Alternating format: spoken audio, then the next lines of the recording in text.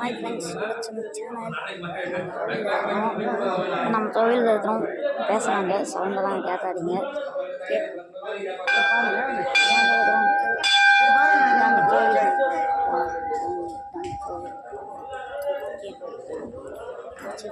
அப்படியே வந்து போகிற வழியெல்லாம் தாட்டிக்கிட்டே போகிறேங்க. ஓகே, கோவில்கிட்டே போயிட்டு சாமி கும்பிட்டு இப்போ போயிட்டு இருக்கிறோம். வெயிட்டுட்டு இந்த மாதிரி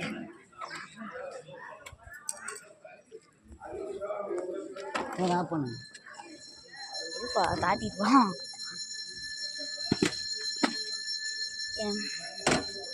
என்ன ஒரு பன்றசப்பாளையத்தில் இருக்கும் பெருமாள் கோவில்.